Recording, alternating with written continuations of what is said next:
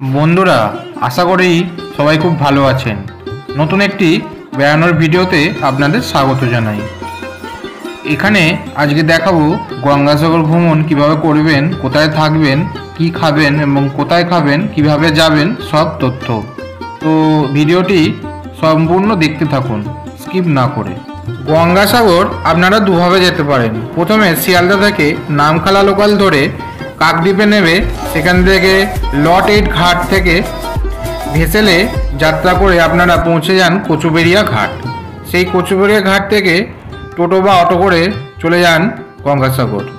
এখানে লঞ্চ ভাড়া 9 টাকা আর টোটো বা বাস ভাড়া 50 টাকা প্রতিজন। তো লঞ্চে মোটামুটি 30 মিনিট আর আপনারা টোটো বা অটোয় লাগবে মোটামুটি 1 ঘন্টা, 35 কিলোমিটার রাস্তা। নমস্কার বন্ধুরা, আমরা আজকে চলেছি গঙ্গাসাগরের উদ্দেশ্যে। আমরা স্টেশনে চলে এসেছি। তো এরপরে ট্রেনে করে যাব প্রথমে শিয়ালদা থেকে ওখানে নামখানা লোকাল ধরে যাব। আমার সাথে আমার বউ সুস্মিতা আছে। সুস্মিতা আর আমি দুজনে মিলে যাচ্ছি। এটা হচ্ছে বালিঘাট স্টেশন, এখান থেকে আবার ট্রেন ধরব। তো আমাদের জার্নিটা কেমন হয় আপনাদের জানাবো। তো চলুন যাওয়া যাক গঙ্গাসাগর। সব তীর্থ বারবার, গঙ্গাসাগর একবার, কিন্তু এখন গঙ্গাসাগর অনেকবারই যাওয়া যায়, কারণ যোগাযোগ ব্যবস্থাটা ভালো হয়ে গেছে। তাই চলুন যাওয়া যাক।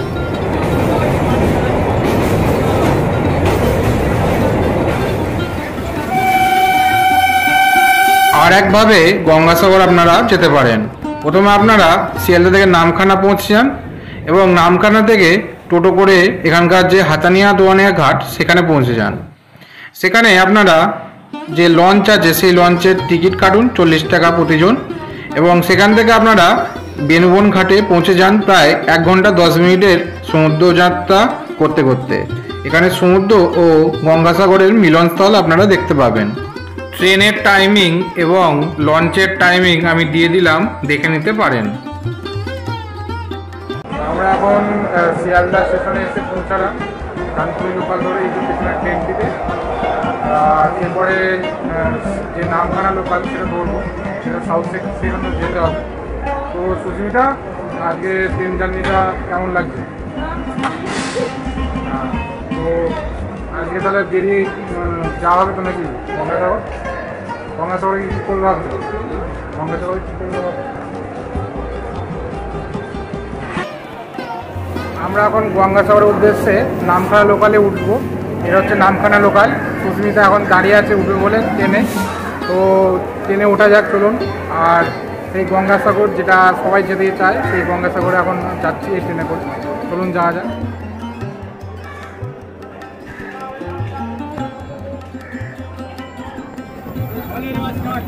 আমাদের এই গঙ্গাসাগর ভ্রমণ শুরু হয় শিয়ালদা স্টেশন থেকে সকালের 7:14 নামখানা লোকাল ধরে। শিয়ালদা সাউথ সেকশন থেকে এই নামখানা লোকাল ছাড়ে, তবে আমাদের গন্তব্য স্টেশন এই নামখানায়। শিয়ালদা থেকে নামখানার ভাড়া 25 টাকা প্রতিজন। শিয়ালদা থেকে ট্রেন ছাড়লো এবং শিয়ালদা থেকে নামখানার দূরত্ব 100 কিলোমিটার, যা যেতে সময় লাগে 3 ঘন্টার মতো। একের পর এক স্টেশন যেতে থাকলো এবং সময় যত গড়াতে থাকলো প্রাকৃতিক পরিবেশ পাশাপাশি বদলাতে লাগলো। চারিদিকে সবুজে ঘেরা দৃশ্য মনটাকে নতুন করে সবুজ করে দিল। এখানে অনেক পেয়ারা চাষ হয়, আপনারা ট্রেনে দেখতে পাবেন অনেকেই পেয়ারা নিয়ে উঠছে। কম দামে আপনারা পেয়ারা কিনতে পারেন। এছাড়া আপনারা চাইলে মশলা মুড়ি, ঘুগনি মুড়ি এবং বিভিন্ন রকমের ছোট ছোট খাবার দিয়ে ট্রেনে সকালের ব্রেকফাস্টটা সেরে নিতে পারেন, যা এখানকার জনপ্রিয় খাবার। চারিদিকে দেখছেন শুধু মাঠ ঘাট, চারিদিকে সুন্দর সুন্দর গাছপালা এবং প্রাকৃতিক পরিবেশ অনবদ্য। এই ট্রেন জার্নিটা আপনাদের ভালোই লাগবে। চারিদিকে এই প্রাকৃতিক পরিবেশ দেখতে দেখতে কখন যে পৌঁছে যাবেন নামখানা আপনারা বুঝতেই পারবেন না। আর ট্রেনের মধ্যে আপনারা বিভিন্ন রকম জিনিস আসছে, সেগুলো আপনারা দেখতে পারেন, কিনেও নিতে পারেন।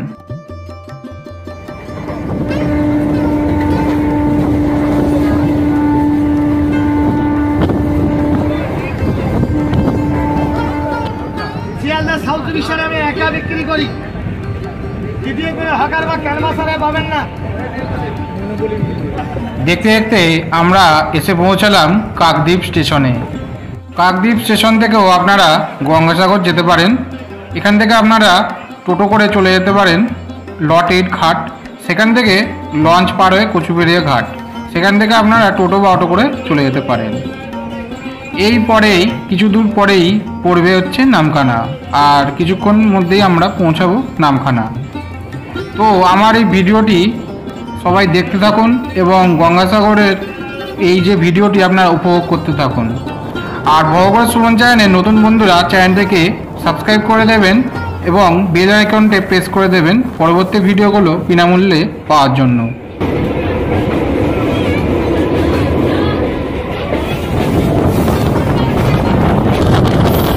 গঙ্গাসাগর বা সাগরদ্বীপ অন্য তীর্থস্থান হিসেবে হিন্দুদের কাছে খুবই জনপ্রিয় একটি জায়গা। প্রতি বছর মকর সংক্রান্তিতে প্রচুর মানুষের সমাগম ঘটে এই গঙ্গাসাগরে। পূর্ণ সমুদ্রে স্নান ও কপিল মুনির দর্শন এই গঙ্গাসাগর ভ্রমণের মুখ্য আকর্ষণ।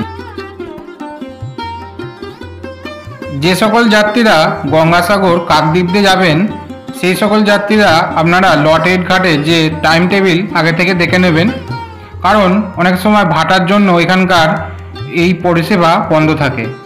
আপনারা গঙ্গাসাগর অ্যাপটি প্লে স্টোর থেকে ডাউনলোড করে নিতে পারেন, আপনারা টাইমিং সবসময় পেতে থাকবেন। তার মধ্যে ট্রেনের সময়সূচিও আপনারা পেয়ে যাবেন। আপনারা এখানকার যে নামখানা, এই নামখানাতে যদি আপনারা যান আপনাদের সবসময় এখানে পরিষেবা চলতে থাকে, তো এখানে ভাটা সেই বিষয়টা নেই। দেখতে দেখতে আমরা এসে পৌঁছালাম আমাদের গন্তব্য নামখানা। এই নামখানাতেই আমরা যাব এখানকার হাতানিয়া দেওয়ানিয়া ঘাট, সেখান থেকে বেনুবন ঘাট। তো চলুন যাওয়া যাক।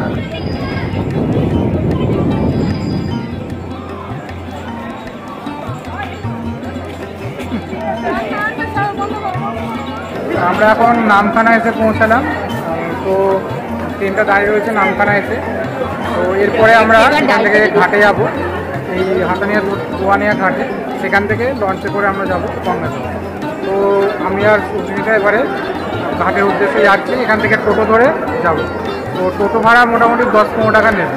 আপনারাও চলুন, আমাদের জার্নিটা কেমন হয় দেখি। প্রথমবার আমরা ওখানে দূরে বেরিয়েছি কোথাও, তো চলুন যাওয়া যাক।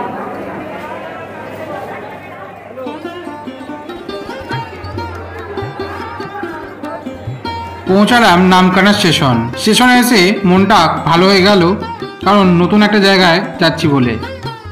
সবুজে ঘেরা মাঠ দেখতে দেখতে আরও মনটা যেন জাগিয়ে উঠল নতুন জায়গা দেখার জন্য। স্টেশনের পাশেই ছাড়ছে বিভিন্ন টোটো অটো, সেগুলো ধরে চলে গেলাম দোয়ানিয়া ঘাট। আপনারা এখান থেকে মোটামুটি 20 টাকার মধ্যে পেয়ে যাবেন টোটো অটো পার হেড, শেয়ার গাড়ি পাওয়া যায়।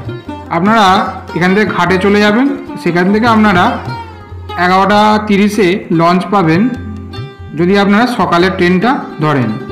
লঞ্চ করে আপনারা চলে যাবেন এখানকার বেনুবন ঘাট, সেখান থেকে গঙ্গাসাগর। তো আমরা টোটো করে যেতে থাকলাম আর এসে পৌঁছালাম এই হাতানিয়া দোয়ানিয়া ঘাট।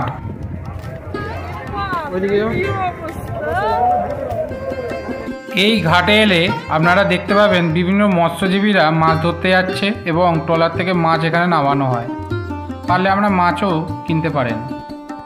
আমরা এখন হাতানিয়া দোয়ানিয়া ঘাটে চলে এলাম। দেখতে পাচ্ছেন এই ঘাটটি, পেছনে লঞ্চটা দাঁড়িয়ে আছে। আমি আর সুস্মিতা বলছে ভয় লাগছে প্রচণ্ড, ও ভয়ে হাসছে, ও কান্না পায় কিন্তু বলছে হেসে নিয়ে। সুস্মিতা কেমন লাগছে এই হাতানিয়া দোয়ানিয়া ঘাটে এসে? ভয় না এসে কেমন লাগছে সুস্মিতা এই গঙ্গাতে এসে? এটা কিন্তু মুড়িগঙ্গা, আমরা কিন্তু মুড়িগঙ্গাতে যাব এখন গঙ্গাসাগর। লঞ্চটা আসছে, পেছনে দেখো লঞ্চ আসছে একটা, আমার পেছনে একটা লঞ্চ আসছে, তীরে ভিড়ছে আস্তে আস্তে। তো চলুন আমরা এবারে গঙ্গাসাগরের উদ্দেশ্যে যাব। এর আগে আমরা খেয়ে নেবো, খাওয়া হয়নি। সামনে দেখতে পাচ্ছেন এমভি অনিতা, যার মাথায় আমাদের জাতীয় পতাকা লাগানো, সেটি যাবে গঙ্গাসাগরের উদ্দেশ্যে। 11:30 টাইম। তো পাশাপাশি পরিবেশ অসাধারণ সুন্দর, এখানকার প্রাকৃতিক পরিবেশ।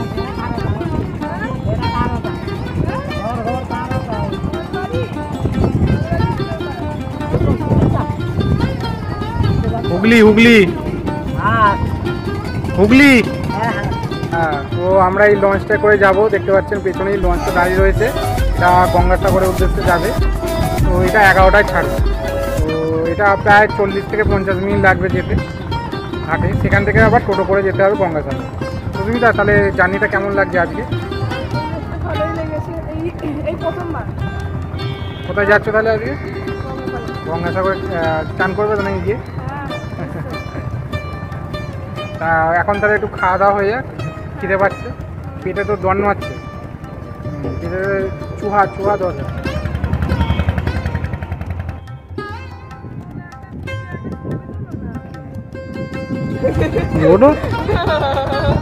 ভয় লাগছে। ভয় কে লাগায়? ভয় লাগলে হবে না। কি কি কি কি এনেছো আগে বলো। টিফিন বক্সে কি কি আছে আগে বলো। তারপরে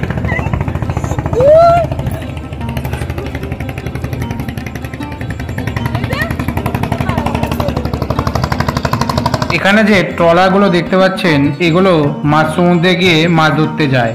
তো তারা প্রস্তুতি নিচ্ছে মাছ ধরতে যাওয়ার জন্য, দেখতেই পাচ্ছেন।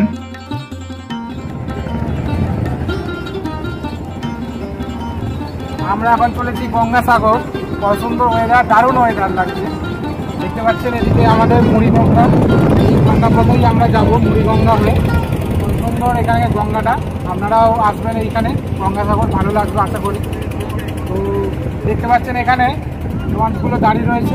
এই লঞ্চগুলো মাছ ধরতে যায় সমুদ্রে। কত বড় বড় লঞ্চ। আর এই গঙ্গাসাগর এই হাতানিয়া দোয়ানে ঘাটে গেলে আপনাদের ভয় লাগতে পারে, কারণ খানিকটা সমুদ্র থেকে মিশছে এই গঙ্গাটা। তো ঢেউটা অনেক থাকবে। তো এইখানে যেমন সুন্দর তেমন ভয়ঙ্কর। তো আপনারা আসলে অবশ্যই ভালো লাগবে আশা করি।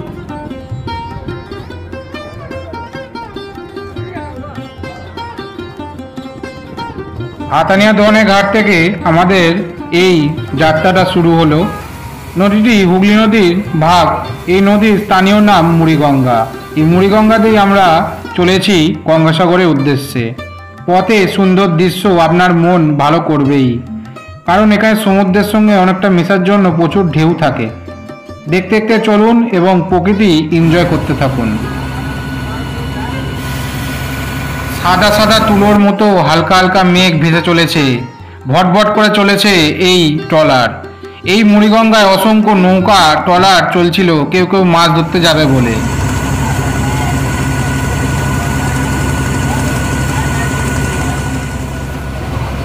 এখানকার যে নৌকাগুলো চলছে, প্রত্যেক নৌকায় নিজের দেশে জাতীয় পতাকা লাগানো রয়েছে। প্রত্যেক নৌকা আলাদা নাম, ময়ূরাক্ষী, ডিঙি ইত্যাদি। মাঝ নদীতে এসে অনুভব করলাম সৃষ্টিকর্তা কত অপরূপ করে তৈরি করেছে। চারিদিকে শুধু জল আর জল, আর কিচ্ছু নেই, শুধু নিস্তব্ধতা। চারিদিকে দেখতে পাচ্ছেন বড় বড় ট্রলার চলেছে, কোথাও অন্য দেশের, আমাদের দেশেরও আছে। এখন দেখছেন আমাদের লঞ্চের ভেতরে বিভিন্ন যাত্রীরা বসে বসে সেই সব দৃশ্য দেখছে। খুব সুন্দর লাগছে এই জার্নিটা। আপনারাও এই পথেই যেতে পারেন গঙ্গাসাগর। আপনাদের চিরকালের জন্য একটা অনুভূতি কার থেকেই যাবে। লঞ্চে যেতে যেতে আমরা দেখলাম কতগুলো পাখি আমাদের এই লঞ্চের সাথে সাথেই চলেছে, এবং লঞ্চে যারা যাত্রী আছে তাদেরকে খাবার দিচ্ছে এবং খুব সুন্দরভাবে তারা খাচ্ছে। আপনারাও চাইলে লঞ্চে বসে বসে তাদের খাবার দিতে পারেন, তারা কিন্তু খুব আনন্দ ভরেই খাবে। খুব সুন্দর লাগছে এই দৃশ্য, দেখতেই পাচ্ছেন কত সুন্দর পাখিরা উড়ে উড়ে যাচ্ছে।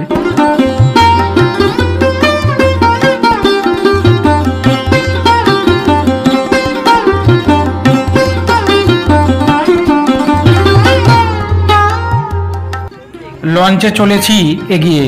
কেবল আমাদের লঞ্চ নয়, অসংখ্য অন্য নৌকাও যাচ্ছে। মাটির মায়া বড্ড কঠিন মায়া।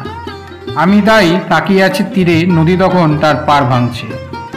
নদীতে ঢেউ ভালোই আছে, বাতাস বইছে হু হু করে, ছল ছলাছল করে জলের শব্দ হচ্ছে। একই সুরে গান গাইছে গঙ্গা। গঙ্গার জল খুবই ঘোলা, প্রায় গৈরিক বর্ণ। তাই তো হবেই এই বাউল বাংলার উদাসী সুরের সুরধ্বনি। পূর্ণ গঙ্গা মিলনে এই গঙ্গা, ভারতের পবিত্রতম প্রবাহ ওই গঙ্গা। পতিত পাবনী, তাই এই তীরে দেহত্যাগ করলে পানিমাত্রই মুক্তি লাভ করে। আমরা এখন পেনুবন ঘাটে চলে এলাম। আদানিয়া দোয়ানিয়া ঘাট থেকে এই লঞ্চটা করে এলাম। দেখতে পাচ্ছেন 40 টাকা ভাড়া নিয়েছে, আর প্রায় লাগলো 1 ঘন্টা 10 মিনিট মতো। তো এরপরে আমরা টোটো ধরে গঙ্গাসাগরের যে কপিলমুনি আশ্রম সেখানে যাব। তো আমাদের এই জার্নিটা ছিল ভয়ঙ্কর, কারণ সুন্দরও বটে কিন্তু ভয়ঙ্করও ছিল। তো দেখতে পাচ্ছেন এই যে হচ্ছে লঞ্চ ঘাট, এখান থেকে আমরা এবার লঞ্চে করে লঞ্চ থেকে নেমে যাব। চলুন যাওয়া যাক। এই দিক থেকে আমরা এলাম, এই যে পথটা ধরে এলাম আমরা, এবারে যাব। আমরা এসে পৌঁছালাম বেনুবন ঘাটে। এই বেনুবন ঘাটে আপনারা টোটো, অটো এবং ম্যাজিক গাড়ি পেয়ে যাবেন গঙ্গাসাগর যাওয়ার জন্য। অবশ্যই একবার দাম দর করে নেবেন।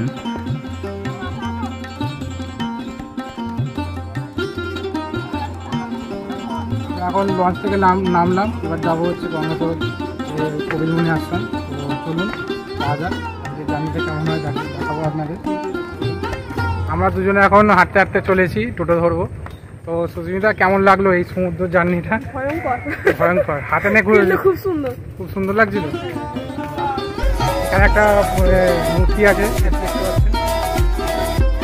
লঞ্চ ঘাট থেকে বেরিয়েই আপনারা গাড়ি স্ট্যান্ড পেয়ে যাবেন। এখান থেকে গঙ্গাসাগরের কপিলমুনি আশ্রম যেতে মোটামুটি 30 থেকে 35 মিনিট লাগবে।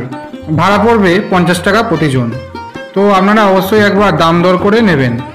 তো আমরা এরপরে একটি টোটো বুক করে নিয়েছিলাম, 50 থেকে 60 টাকা নিয়েছিল পার হেড। সেই টোটো থেকে আমরা চলে গেলাম গঙ্গাসাগরের কপিলমুনির আশ্রমে। পথে দেখতে পাচ্ছেন কত সুন্দর গ্রাম্য বাংলা, অসাধারণ দৃশ্য। সংসার ধর্ম থেকে বেরিয়ে ঐশ্বরিক সাধনার অন্যতম পথ গঙ্গাসাগর। মহাভারত, রামায়ণ, মহাকাব্যের বিভিন্ন শ্লোকে বারে বারে উল্লেখিত আছে গঙ্গাসাগরের কথা। ঐতিহ্য ও সম্প্রীতির অপরূপ মেলবন্ধন গঙ্গাসাগর। গঙ্গাসাগর.in ওয়েবসাইটে আপনারা ই পুজো নিতে পারেন, 100 টাকা মূল্য দিয়ে কাটতে পারেন। প্রসাদ আপনারা বাড়িতে বসে পেয়ে যাবেন 10 দিনের মধ্যে। প্রসাদ থাকবে এবং থাকবে আশীর্বাদী ফুল। দ্বীপটির আয়তন 300 বর্গ কিলোমিটার, 43টি গ্রাম আছে এখানে, আর জনসংখ্যা প্রায় 1,60,000। গঙ্গা বঙ্গোপসাগরের মিলনস্থান, তীর্থভূমি এই গঙ্গাসাগর। আমরা এই পৌঁছালাম গঙ্গাসাগরের কপিলমুনি আশ্রমের কাছে। গঙ্গাসাগরের বেলাভূমি খুবই আকর্ষণীয়। ছোট বড় 51টি দ্বীপ নিয়ে 580 বর্গ কিলোমিটার জুড়ে এই সাগর দ্বীপ। আমরা এখন কপিলমুনি মন্দির ঘুরছি। আমরা সুস্মিতা দেখতে পাচ্ছেন। সুস্মিতা, কপিলমুনি মন্দিরে পুজো দেওয়া হবে তো নাকি আজকে? এই হচ্ছে কপিলমুনি মন্দির। আপনারাও আসতে পারেন, ভালো জায়গা। 1 দুদিনের ছুটিতে আপনারা আসতে পারেন, ভালো লাগবে। আপনার কলকাতা থেকে এখানে নামখানে আসলে সেখান থেকে চলে আসতে পারেন। আর এখানে জিবিডি এর একটা থাকার জায়গা, এখানে রেস্ট নিতে পারেন। আর আপনাদের ধর্মশালাটা এখানে, পাশে ধর্মশালাটা, এখানে নিঃশুল্ক পাঠ পাওয়া যায়। এখন দেখতে পাচ্ছেন কপিলমুনি আশ্রম। আগে যে মন্দিরটি ছিল সেটি সমুদ্রগর্ভে বিলীন হয়ে গেছে। এখানকার ছোট বড় প্রায় 51টি দ্বীপ নিয়ে 580 বর্গ কিলোমিটার জুড়ে এই সাগর দ্বীপ। গঙ্গার মর্তে আসা এবং সাগর রাজার পুত্রদের জীবনদানের লক্ষ্যতাকে ঘিরে রয়েছে এই তীর্থভূমি। আমরা এখন কপিলমুনি মন্দিরের একদম পেছনেই ধর্মশালাতে উঠেছি, দেখতে পাচ্ছেন। এইখানে আমরা এই রুমে আছি। ধর্মশালাটা সম্পূর্ণ নিঃশুল্ক, আপনাদের ইচ্ছা হলে যে কোনো দান দিতে পারেন। ধর্মশালার একদম সামনে যে মন্দিরটা, কপিলমুনির মন্দির, আপনারা এখানে আসতে পারেন। তো এই জায়গাগুলো অনেকগুলো রুম পরপর আছে। আমি আর সুস্মিতা এখানেই আছি, তো আপনারাও এখানেই থাকতে পারেন। খুবই ভালো জায়গা, আর বাথরুম, জলের কোনো প্রবলেম নেই, সবসময় এখানে জল আছে। তো সুস্মিতা, তাহলে এখন খেতে যাওয়া হবে তো নাকি? চলো যাওয়া যাক তাহলে। আসতে কেমন লাগছে এই কপিলমুনি আশ্রম আর সমুদ্র সাগর ঘুরে? খুবই ভালো লাগছে, প্রথমবার, তার পৌঁছনে হলো। আবার আসতে ইচ্ছে করছে নাকি? হ্যাঁ হ্যাঁ, এবার পরিবার সবাইকে নিয়ে। আর কপিলমুনি মন্দিরে আপনারা পুজো দিতে পারেন যখন খুশি। সামনেই ডালার বক্স আছে, ডালা থেকে আপনারা নিয়ে 50-100 যা খুশি দিয়ে পুজো নিতে পারেন। আর এখানে কপিলমুনি মন্দিরে 7:30টার সময় সন্ধ্যা আরতি হয়, সেটাও দেখতে পারেন। চলুন এবারে খেতে যাই, কোথায় খাই আপনাদের দেখাবো। আপনারা গঙ্গাসাগর এলে এই জিবিডি এর একটা যে খাবারের স্থান, এখানে খেতে পারেন। ফুড কোর্ট এটা জিবিডি এর দ্বারা নির্মিত চলে। তো আপনারা এখানে খেতে পারেন, জায়গাটা খুবই ভালো, একদম যে কপিলমুনি মন্দির তার পাশেই আছে। এখানে খাবার দাবার খুবই সস্তায় 50-60 টাকার মধ্যে পেয়ে যাবেন মাছ ভাত। তো চলুন এখানে আজকে খাবো, কী খাবার কী মেনু আপনাদের দেখাবো। আমরা দুপুরবেলা এসে পৌঁছেছিলাম প্রায় 1টার দিকে। তো এসে খিদে পেয়ে গেছিলো বলে এখানকার ফুড কোর্ট থেকে আমরা খেয়ে নিয়েছিলাম। খাবার দাবার ঠিক আছে মোটামুটি। এই দেখো মাছ পাচ্ছি, এখন মাছ দিয়ে গেল, সুস্মিতা খাচ্ছে। আমরা এখন ফুড কোর্টে দুজনে মিলে খাওয়া দাওয়া করছি। ভাত ডাল তরকারি সব দিয়েছে, আর মাছ আছে, মাছ দিয়ে খাবো। আমি আর সুস্মিতা দুজনে খাচ্ছি। তো চলুন এবারে বলে দিই এখানে থাকার ব্যবস্থা কি আছে। এখানে থাকার জন্য আছে বিভিন্ন সেবাশ্রম, বিভিন্ন সরকারি দপ্তরের বাংলো, পশ্চিমবঙ্গ সরকারের যুব আবাস, সাগর কটেজ ইত্যাদি আছে। আরও জায়গা যেমন কপিলমুনি আশ্রমের নিজস্ব জায়গা, সেখানেও আপনারা কম মূল্যে থাকতে পারেন। এছাড়া আছে ভারত সেবাশ্রম সংঘ, সেখানে আপনারা কম দামে ঘর পেয়ে যাবেন 300 থেকে 500 টাকার বিনিময়ে। ভারত সেবাশ্রমে আপনারা ভোগও খেতে পারেন 40 টাকার টিকিটের বিনিময়ে। সকাল সকাল গিয়ে সেখানে আগে টিকিট কাটতে হয়। তো ভারত সেবাশ্রম আপনারা গিয়েও বুকিং করতে পারেন। সমুদ্রের সবচেয়ে কাছের যে কটেজটি আছে সেটি হলো সাগর কটেজ। এখানে আপনারা গিয়ে বুকিং করতে পারেন। তো 700 থেকে 800 টাকার বিনিময়ে আপনারা নন এসি ঘর পেয়ে যাবেন, আর এসি ঘর 1200 থেকে 1500 টাকা নেয়। তো আপনারা যেটা ভালো লাগে সেটাতে বুকিং করে নেবেন। আর এখানকার যে মকর সংক্রান্তি, সেই মকর সংক্রান্তির সময় বাদ দিয়ে যে কোনো সময় আপনারা যদি যান সে সময় আপনারা রুম পেয়ে যাবেন।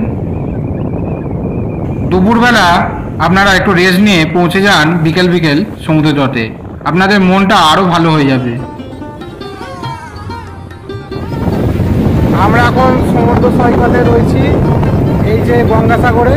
দারুণ ঢেউ, বিকেলবেলাটা দারুণ লাগছে, দেখতে পাচ্ছি চারিদিকে ঢেউ আর ঢেউগুলো আসছে এক এক করে, অসাধারণ লাগছে এই ঢেউগুলো। আপনারা অবশ্যই এই গঙ্গাসাগরে একবার এখানে এসে ঢেউ খেয়ে যাবেন, সুন্দর হাওয়া, আর আপনাদের অবশ্যই ভালো লাগবে আশা করছি। এই ঢেউগুলো আসছে দেখতে পাচ্ছেন, বড় বড় ঢেউ, আর পেছনে সূর্য অস্ত যাচ্ছে। এই যে সূর্য অস্ত যাচ্ছে আপনাদের দেখাতে পাচ্ছি না, কিন্তু এইদিকে আমাদের যে ঢেউগুলো খুব সুন্দর ঢেউ আসছে এক এক করে দেখতে পাচ্ছি। এই ঢেউগুলো আসছে, খুব সুন্দর লাগছে। আপনারা অবশ্যই আসবেন একবার করে এই গঙ্গাসাগর এখন বারবার, কারণ যোগাযোগ ব্যবস্থা এত উন্নতি হয়েছে তার জন্য গঙ্গাসাগর বারবার আসতে ইচ্ছে করে। আর এখানকার যে সমুদ্র সৈকত দারুণ, অসাধারণ আপনাদের বলে বোঝাতে পারবো না, দারুণ ফিলিং হচ্ছে।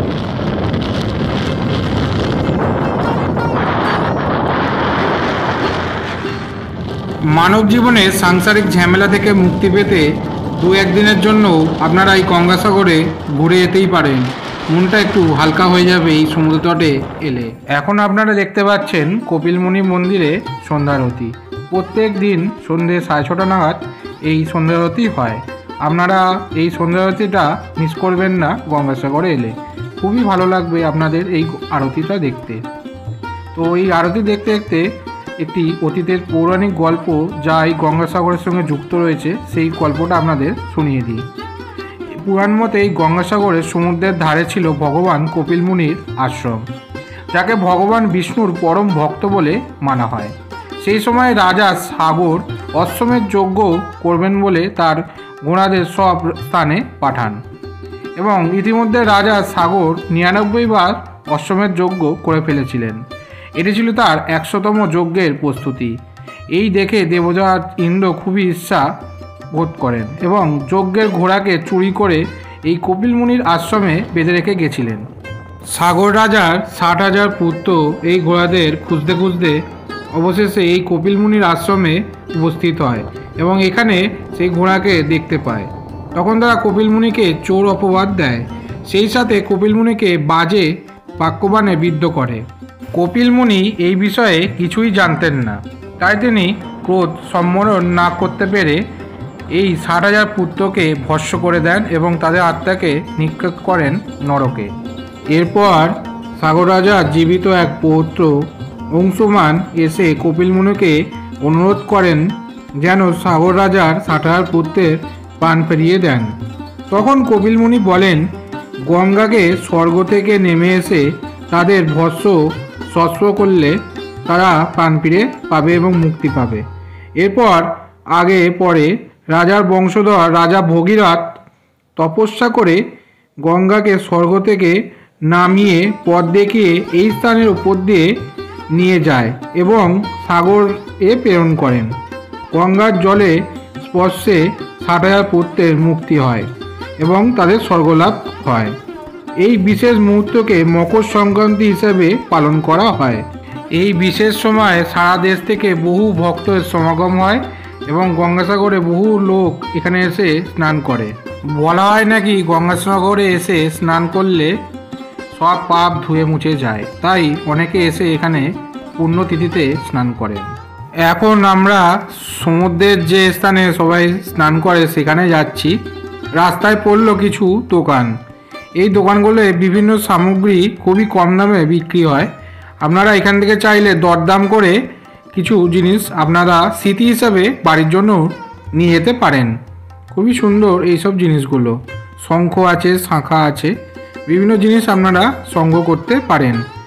আর এখানে ফটো তোলারও ব্যবস্থা আছে। আপনারা কিছু টাকার বিনিময়ে ফটো তুলতে পারেন এবং সঙ্গে সঙ্গে তারা এই স্থানে প্রিন্ট করে দিয়ে দেয়। 40-50 টাকা হয়তো আপনাদের থেকে নেবে। এখানে সাগর দীঘা ও পুরীর মতো অত উজ্জ্বল নয়, খুবই শান্ত। পুরীতে যেমন দূর থেকে গর্জন শোনা যায়, এখানে গঙ্গা তীরে দাঁড়িয়ে প্রায় কিছুই শোনা যায় না। হালকা ঢেউগুলো প্রায় নিঃশব্দে চরণ ছুঁয়ে যায়। আর রাতের দিকে জোয়ারের সমুদ্র এগিয়ে আসে, তাই অনেকটা ভোরবেলা আবার আগে পিছিয়ে যায়। সকালে সমুদ্র তীরে তাই অনেকটা জায়গা জুড়ে কাদা ও ভিজে বালি দেখতে পাবেন। এখানে সমুদ্রের অবস্থান খুবই ভালো, কারণ এখানে সূর্যোদয় এবং সূর্যাস্ত দুই দেখা যায়। অসাধারণ সৌন্দর্যময় দুই মুহূর্ত, যেখানে মেঘের নানা রঙের আলপনার সঙ্গে মিশে যায় ভোরের আর দিগন্তের সমুদ্রের রং।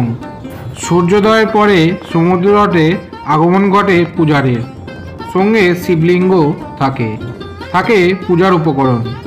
বেশ কিছু মানুষ সমুদ্র স্নান সেরে তাদের হাত ধরে অর্ঘ্য নিবেদন করে দেবাদিদেব মহাদেবের উদ্দেশ্যে। যে মহাদেব মহাস্ত, তিনি ওই গঙ্গাকে ধারণ করেন তার জটায়। এখানে অনেকে লাল কাঁকড়া খোঁজেন। সাগর তটে রাখা থাকে মকরবাহিনী মায়ের মূর্তি, সেখানেও অনেকে পুজো দেন। সন্ধেবেলা শঙ্করাচার্য রচিত স্তোত্র পাঠ হয় এবং আরতি হয়। একদিকে সমুদ্র ও অন্যদিকে কপিল মুনির মন্দির, দুই এই সাগরের প্রাণ। গঙ্গাসাগর আসুন, আপনাদের খুবই ভালো লাগবে আশা করছি। খুবই সুন্দর একটি জায়গা, কম খরচে এখানে আপনারা ঘুরতে পারেন। গঙ্গাসাগর সম্বন্ধে বলো, কি কি দেখলে গঙ্গাসাগরে এসে? অনেক কিছুই দেখেছি। কোনটা বেশি ভালো লাগলো? সমুদ্র?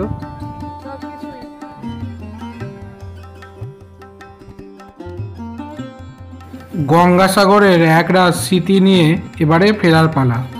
আমরা ফেরার সময় ফিরেছিলাম কচুবেড়িয়া ঘাট থেকে। কচুবেড়িয়া ঘাট পার হয়ে ওপারে লটেট ঘাট। এখানে লঞ্চ ভাড়া 11 টাকা। আপনারা গঙ্গাসাগর অ্যাপ্লিকেশানটা ডাউনলোড করে নিলে সেখানে এখানকার লঞ্চের টাইমগুলো পেয়ে যাবেন। লঞ্চের টাইম মাঝে মাঝে পরিবর্তিত হয়, সেটা আপনারা অনলাইনে পেয়ে যাবেন। তো এই লঞ্চ পার করে ওপারে আপনারা গিয়ে সেখান থেকে টোটো করে আপনারা স্টেশনে পৌঁছে যাবেন কাকদ্বীপ। সেই কাকদ্বীপ থেকে আপনারা শিয়ালদা যাওয়ার ট্রেন পেয়ে যাবেন। গঙ্গাসাগরে ভিডিওটি আপনাদের কেমন লাগলো অবশ্যই কমেন্ট বক্সে কমেন্ট করে জানাবেন। ভালো লাগলে অবশ্যই ভিডিওটি একটি লাইক এবং বন্ধুদের শেয়ার করে দেবেন এবং চ্যানেলটি সাবস্ক্রাইব করে রাখবেন পরবর্তী ভিডিওগুলো পাওয়ার জন্য এবং নোটিফিকেশান বাটনটি অন করে দেবেন। তো আপনারা সবাই খুব ভালো থাকবেন, আনন্দ থাকবেন এবং আমার ভিডিওগুলো দেখতে থাকবেন। হরে কৃষ্ণ হরে কৃষ্ণ হরে কৃষ্ণ বলে এই ভিডিওটি আজকে শেষ করছি। ধন্যবাদ।